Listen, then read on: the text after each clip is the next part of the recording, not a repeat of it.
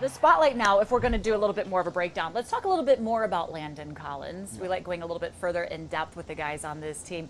Look, he got that huge contract coming over, which is the team he grew up being a fan of. He came over from the Giants. We'll allow him because he said, all right, fine. He had 3 Pro Bowl seasons with the Giants, could arguably one of the best defensive players with them as well.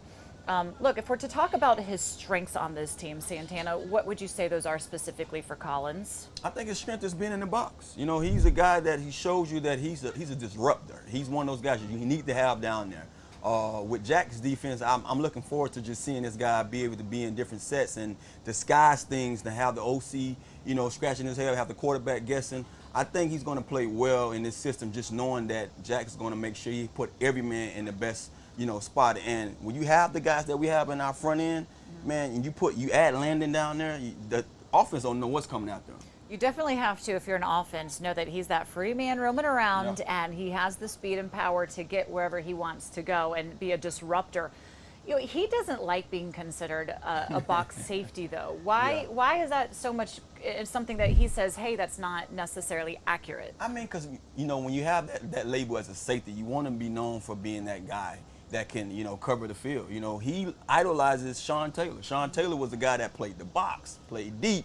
He can go out there and stick, wide receivers. So, when you think about it, if you have a guy that you look up to and he can do multiple things, you don't want to be considered that you just only dominant in one area. But he has to understand that he's really good playing in the box. And if you watch things last year, like I pay close attention to guys like safeties and corners and guys who play those slot positions and stuff like that. He wasn't great in coverage, let's just be honest. And that's something that I'm pretty sure he's probably working on, because every guy goes home that year and say, hey, I have to get better at this. But he has to understand what it is. I mean, it is what it is. And he's a great guy down there.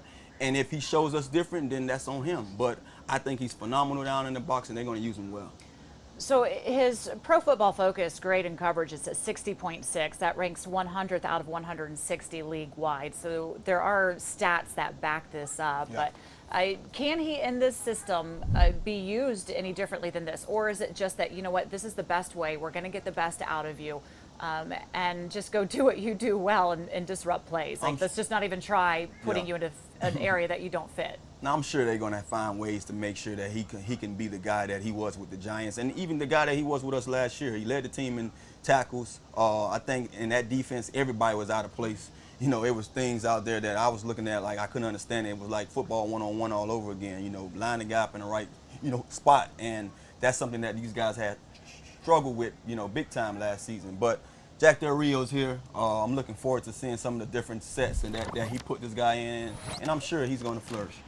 So you actually played against Jack, right? You said Del Rio? Yeah, I played against his defense. Right. I'm not sure how many times, but I remember one particular time when he was with Jacksonville. I had that walk-off third touchdown in overtime to win that game. So. Was that a cold game?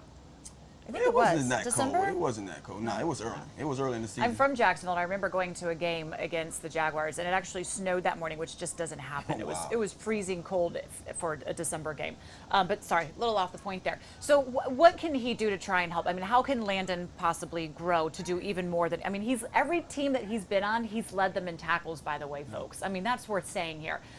But if we're still to say that he has room in areas to improve, is it that he needs to improve in coverage, or do you just say, where does he get better? I'm sure every guy, as a receiver, when I went home in the offseason, I knew it was something that I didn't do well that year.